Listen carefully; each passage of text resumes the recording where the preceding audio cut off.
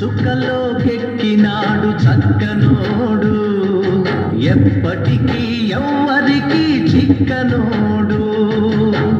చుక్కలోకి బాగా మనందరికీ కూడా ప్రతి ఒక్కరు మనోలే కాదు, అంటే అక్కడ విజిటర్స్ ఎవరైతే వస్తారో కార్యక్రమాలు చూడడానికి వచ్చే వాళ్ళకి కూడా అందులో చేర్చి వాళ్ళందరికీ కూడా ప్రోగ్రామ్కి ఒక రక్తి కట్టించేటట్టుగా అందరినీ అక్కడ జాగృతులు చేసినటువంటి నాంచర్య గారు లేకపోవడం చాలా బాధాకరం.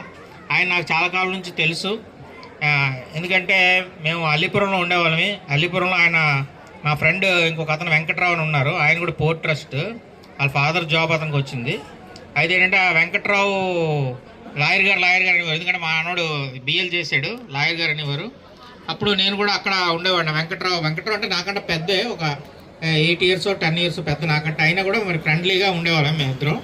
సో ఆ లాయర్ గారితో ఫ్రెండ్ అని చెప్పి నాకు కూడా ఇట్స్ సార్ ప్రెస్ అని చెప్పి నన్ను అప్పట్లో బాగా, అంటే అల్లీపురం వైపు అతను 2-wheeler మీద వెళ్తుండేవారు రెగ్యులర్గా. వెళ్ళేటప్పటి నుంచి నేను బాగా తెలుసు ఆయనకి. సో ఆ రకంగా నాంచర్య గారికి నాకు ముందు నుంచి, అంటే ఈ నాటక రంగంలో ఒక అతనికి పేరున్న వ్యక్తి అదన్నీ తర్వాత నాకు తెలిసింది. ఎందుకంటే నేను ఈ కల్చరల్ ఫీల్డ్లోకి వచ్చింది 2000లో వచ్చాను. నేను 2000 ముందు నాకు కల్చరల్ ఫీల్డ్కి నాకు టచ్ లేదు. అంటే నేను ప్రోగ్రామ్స్కి గెస్ట్గా వెళ్ళడం అంటే అది తర్వాత 2004-2005 నుంచి స్టార్ట్ అయింది. అంతకుముందు ఏంటంటే నేను స్కూల్ కాలేజ్ లెవెల్లో కూడా నేను బెస్ట్ స్పీకర్గా నాకు అప్పుడు కూడా మంచి ప్రైజెస్ వచ్చేవి. అంటే ప్రోగ్రామ్స్లో మాట్లాడడం ఇవన్నీ నాకు ముందు నుంచి అలవాటు కాబట్టి ఆ రకంగా నేను ముందుకు వెళ్ళేవాడిని. అయితే నాంచార్య గారు ఈ కళారంగంలో ఇంత పేరు ప్రఖ్యాతం ఉన్నట్టు నాకైతే అప్పట్లో నాకు ఐడియా లేదు. తర్వాత మరి నేను 2000 వచ్చిన తర్వాత ఈ మధ్య కాలం, అంటే 2008-2009 తర్వాత నుంచి గత 20 సంవత్సరాల నుంచి నాంచార్య గారికి ఇటువంటి యాక్టివిటీస్లో ఆయన రెగ్యులర్గా ఉంటారు.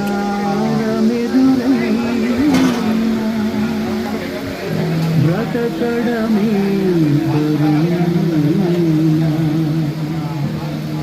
స్థితిగతులవి ఏవైనా, చిరునవ్వులతో బ్రతకాలి, చిరంజీవిగా బ్రతకాలి.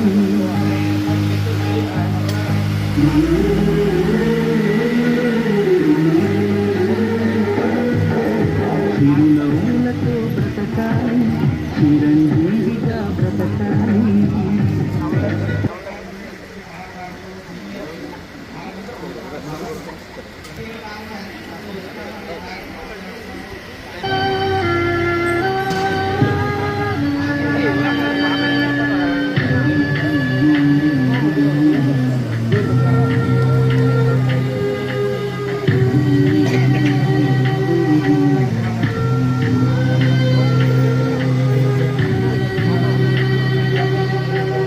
ఒక్కడై రావడం, ఒక్కడై పోవడం, నడుమై నాటకం విధిలీలా.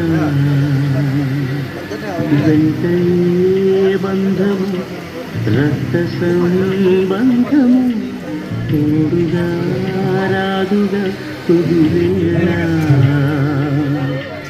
మరణమనేది ఖాయమని, మిగిలెను కీర్తి ఖాయమని, నీ పరువు మోసేది.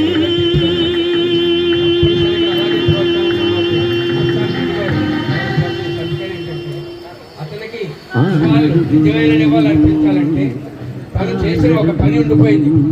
అది ఎవరు కోరుకుంటారు ఇక్కడ అందుకోలేదు. అది ఎవరైనా తీసుకోవాలని మా కోరిక. ఉదయం లేచినట్టే విశాఖ జిల్లాలో ఎక్కడ ఏ కార్యక్రమం జరుగుతుందనే ప్రకటన చేయాలని, అది అమలు జరపాలని కోరుకుంటూ తను కోరుకున్న జానపదం పాట పని పటలిద్దరు కవల పిల్లలు, ప్రజల బటకెన్నడు లేవులే ఎల్లలు. పనికి తోడు పాట, ఆ పాటకు సరిజోడు పని పటలిద్దరు కవల పిల్లలు, ప్రజల బటకెన్నడు లేబులే ఎల్లలు నాగలి నక్కు కొలవలి గొడ్డలి కమ్మరి కొలిమిని కాలే వేళ కమ్మరి కొలుములు కాలే వేళ కమ్మరి కొలుములు కాలే వేళ సమ్మిట పట్టిన రైతు సోదరులు పక్క టెంకులు పట్పట్టలాడగా పట్టకనిములు పట్టకట్టలాడగా పక్క టెంకులు పట్పట్టలాడగా దమ్ము కాసుకొని అమ్మని వేసే సమ్మిట దర్వే పాట పలికి తోడు పాట ఆ పాటకు సరి జోడు పని పని పటలిద్దరు కవల పిల్లలు ప్రజల పాట కన్నడు లేవులే ఎల్లలు పలికి తోడు పాట గట్టు మీద గౌరమ్మ సాక్షిగా మట్టే గుండె చప్పుళ్ళనే వింటూ మట్టే గుండె చప్పులనే వింటూ మట్టే గుండె చప్పులనే వింటూ ఉడిపోలో మడిలో వంగిన వనతులు అల్పు తీసుకొని గొంతులు కలిపిన అరుపు తీసుకొని గొంతులు కలిపిన అరుపు తీసుకొని గొంతులు కలిపిన నోవినో మన్నాల తుమ్మెదల రామన మన్నాల తుమ్మెదల నోబినో మన్నాల తొమ్మిదల రామన మన్నాల ఉతికి ఉతికి చాకిరేవులో బుతికి బుతికి చాకిరేవులో బుతికి బుతికి అలసట ఇస్తూ ఇస్తూ తాకలి ఆకలి సోసే పాట పనికి తోడు పాట ఆ పాటకు సరి జోడు పని పని పాట ఇద్దరు కవల పిల్లలు ప్రజల పాట కెన్నడు లేవులే ఎల్లలు పనికి తోడు పాట రోట్లో ధాన్యం దంచి దంచి చెట్లో బియ్యం చెరిగి చెరిగి చెట్లో బియ్యం చెరిగి చెరిగి చెట్లో బియ్యం చెరిగి చెరిగి ఆకలి తీర్చిన అతివల అన్నల అలసిన దండల పులిసిన కండల అలిసిన దండల పులిసిన కండల అలిసిన దండల పులిసిన కండల అత్తలేని కోడలు ఉత్తమురాలు ఓలమ్మ కోడలేని ఎత్త గుణవంతురాలమ్మ ఆహం ఆహం ఆహం కోడల కోడల కొడుకు పెళ్ళమ్మ ఓలమ్మ పచ్చి పాల మీద మిగడేదం ఆహం ఆహం అత్తమని కథారలే గాని ఓలమ్మ పచ్చి పాల మీద ఆహం ఆహం ఆహం ఆహు ఆహు ఆహు అంటూ నిట్టూర్పే పాట పలికి తోడు పాకు సరితో కవల పిల్లలు ప్రజల పాట కన్నడు లేవులే ఎల్లలు ఎమ్మెల్యే గారికి ఉన్న సంబంధం ఏంటంటే మీరు అందరూ చెప్తున్నారే ఉదయాన్నే ఆయన అనౌన్స్మెంట్ చేస్తున్నారని ఆ సలహా ఇచ్చే భాగ్యం నాకే కలిగింది. ఆయనతో రేడియో నాటకం, సినిమా, షార్ట్ ఫిలిం, నాటకాలు ఇలా అన్నిట్లో ఆయన పాలు పంచుకున్నాం. ఒకసారి రేడియో నాటకం అవుతుంది, ఆయన సడన్గా పిలిచి తేజ ఒక రారాజు క్యారెక్టర్ ఒకటి ఉంది, అది క్రిస్టియన్స్కి సంబంధించిన లాంగ్వేజ్లో ఉంటుంది, నువ్వు వచ్చి చెయ్యి అంటే మేము చేస్తూ మాట్లాడుతూ ఒక రోజు అన్నాను, బాబాయ్ ఇలాగా ప్రతిరోజు భయ శ్రీనివాస గారు వాళ్ళు రాసి పెడుతున్నారు, అది మీరు మీ వాయిస్ బాగుంటే పెడితే ఎలా ఉంటుందంటే మంచి ఐడియా అన్న చేస్తాను అన్నారు. కళామతల సాక్షిగా చెప్తున్నాను, ఆ రోజు నుండి ఆయన కన్ను మోగడానికి ఒక 2 రోజులు హాస్పిటల్ అడ్మిట్ అయినంత వరకు ప్రతిరోజు ఆయన నేను చెప్పుడైతే చెప్పేసాను, కానీ ఆ తర్వాత ఆ కష్టం ఆయన నాకు చెప్పారు. నాన్న నేను 4 గంటలకు లెగుస్తున్నాను, ముందు రోజు అన్నీ ప్రిపేర్ చేస్తున్నాను, రాస్తున్నాను, 4 గంటల నుంచి 6 వరకు నాకు స్టడీ చేసి మళ్ళీ నేను చెప్తున్నాను అనేసరికి నిజంగా చాలా పెద్ద బాధ్యత అప్పచెప్పని అనిపించింది. దాన్ని సఫలీకృతం చేశారు ఆయన. ఆ తర్వాత ఆ బాధ్యత ఎవరు తీసుకుంటారా అని ఆలోచించి నేనే మళ్ళీ భయ శ్రీనివాస్ గారికి చెప్పాను, అన్నీ ఇది మీరు చేస్తే బాగుంటుంది లేదా ఏం ప్రసాద్ గారు చేస్తే బాగుంటుంది అని ఆయన అదే మాట్లాడారు. నాన్న అది కష్టం తప్పు కాదు, 4 గంటలకు చేయాలంటే చూడండి నాన్న అన్నాను. ఎందుకంటే అది కళ చాలామంది చాలా రోజుల వరకు గుండెల్లోనే దాచుకుంటారు అనుకుంటారు. ఎందుకంటే వయసుతో సంబంధం లేకుండా ఆయన ప్రతి ఒక్కరితోటి అలా మమేకం అయ్యారు. అలాంటి వ్యక్తి దూరోడు ఎస్పెషల్లీ ఎవరికేమో కానీ నాకు మాత్రం చాలా బాధగా. ఆయనతో నాటకం చేశాను, షార్ట్ ఫిల్మ్ చేశాను, సినిమా చేశాను, మొన్న రీసెంట్గా ఒక సాంగ్లో కూడా కలిసి చేసాము. బాబా గారు తీసిన దాంట్లో సాంగ్లో మేము అందరం కలిసి చేసాం. నాన్న నువ్వు చేసిన వేషం బాగుంది నాన్న అని ప్రతి దానికి నాకు అప్రోచ్ చేసేవారు, సలహాలు ఇచ్చేవారు.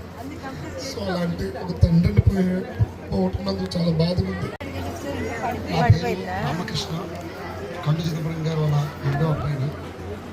నాచార్య గారు గృహప్రవేశానికి నేను వచ్చాను. మళ్ళా దురదృష్టం ఈరోజు ఇలాగ వస్తానని నేను ఊహించలేదు. కళ్ళు చిదంబరం గారు అబ్బాయట. పెద్దలు, మిత్రులు, నాంచారయ్య గారి కోసం వాళ్ళతో ఉన్న అనుభవాన్ని చెప్పారు. పొద్దున్న ధనుంజయ్ పంపించిన రికార్డు అంతా నేను విన్న తర్వాత అందులో ఒక్క 2 మాటలు నాకు నాన్నగారితో ఉన్న అనుభవాన్ని ఈరోజు ఎలాగన్నా ఆ విషయాన్ని చెప్పాలని చెప్పి నేను 1 నిమిషం మాట్లాడతానని చెప్పాను. నాన్నగారు నాంచారయ్య గారు అంకులు పోర్టస్ డిపార్ట్మెంట్లో చేసిన దగ్గర నుంచి మంచి మిత్రుడు. అయితే నాకు నాంచారయ్య గారు ఎలా క్లోజు అంటే అందరికీ తెలుసు. కొన్ని సంవత్సరాల క్రితం సకల కళాకారుల సంస్థ అనేది పెద్ద మిత్రులు ఉన్న అందరిలో స్టార్ట్ చేశారు. దానికి నాన్నగారు ప్రెసిడెంట్, నాంచారయ్య గారు ట్రెజరరు, బాదంగిరి సాయి గారు సెక్రటరీగా ఉంటారు. మన కళాకారుల్లో 1000 మంది కళాకారులు ఉంటే అందులో గట్టిగా 10 మంది నుంచి 15 మంది కళాకారుల కోసం బాధ్యత తీసుకున్న వాళ్ళు ఉంటారు. అలాంటి కళాకారుల కోసం బాధ్యత తీసుకున్న వ్యక్తి నాంచారయ్య గారు ఈరోజు భౌతికంగా మనకి దూరమయ్యారు. అయితే ఈరోజు ఇంతమంది ఈ యొక్క వేదిక మీద నాంచారయ్య గారితో ఉండే వారి అనుబంధం, వారి ఆత్మీయత పంచుకోవడానికి ఈ యొక్క వేదికని ఒక అవకాశంగా కల్పిస్తూ అందరి తాలూకా మనసులో ఉండే విషయాలు చెప్పడానికి కారణమైన మన రమణమూర్తి గారికి, అలాగే మస్తాన్ రెడ్డి గారికి, అలాగే బయ్య శ్రీనాన్నయ్య గారికి, ఏఎం ప్రసాద్ గారికి, అలాగే టెక్నీషియన్స్ మీ అందరికీ కూడా పేరు పేరున ధన్యవాదాలు తెలియజేసుకుంటూ, ఎక్కడెక్కడి నుంచో అంటే ఎవరిని పిలకుండానే చాలా మందికి పిలుపు లేకుండానే ఈయన మా మనిషి అని చెప్పేసి ఈరోజు చాలామంది వచ్చారు. వాళ్ళ ఇంట్లో కూడా ఒక 75-80% మనుషులు వాళ్ళ ఇంట్లో ఎవరికి తెలియదండి. ఇక్కడ అంటే ఎవరు వస్తున్నారు కూడా వాళ్ళకి తెలియదు. వాళ్ళు ఎవరు కూడా డైరెక్ట్గా పిల్లలేకుండా ఎంతమంది వచ్చారు. దట్ ఈజ్ నాంచారయ్య గారు. అంటే ఈరోజు వీడియోలో పెట్టినట్టుగా అంటే ఒక జీవితాన్ని కంప్లీట్ పరిపూర్ణంగా చేసుకునే వాళ్ళు చాలా తక్కువ మంది ఉంటారండి. ఏదో ఒక విషయంలో గొప్పలు అయిపోయి మిగతా విషయాన్ని కూడా కొంచెం నిర్లక్ష్యం విస్మరణ చేస్తారు. అలాంటిది నాంచారయ్య గారు కుటుంబం పట్ల, లేదంటే 35-40 సంవత్సరాలు ఆయన ఉద్యోగం చేసిన పోర్టు ట్రస్ట్ పట్ల, అలాగే కళాకారులు ఒక 50 సంవత్సరాల పాటు నాటక రంగంలోన ఈ కళామ తల్లి సేవలో ఉంటూ ఒక 50 సంవత్సరాలు ఆయన చేసిన సేవ పట్ల, అలాగే హ్యూమన్ రిలేషన్స్ అంటే పక్కవారితో మనం ఎలా మెలగాలి, అందరితో ఎలా కలుపుకుంటూ వెళ్ళాలి, ప్రతి ఫంక్షన్ కూడా కంప్లీట్గా ఆయన ఓన్ చేసుకునేవారు. నాది అనే ఫీలింగ్తో వచ్చేవారు. వేరే ఫంక్షన్కి వెళ్తున్నాం అనే ఫీలింగ్ ఎప్పుడూ ఆయనకు ఉండేది కాదు.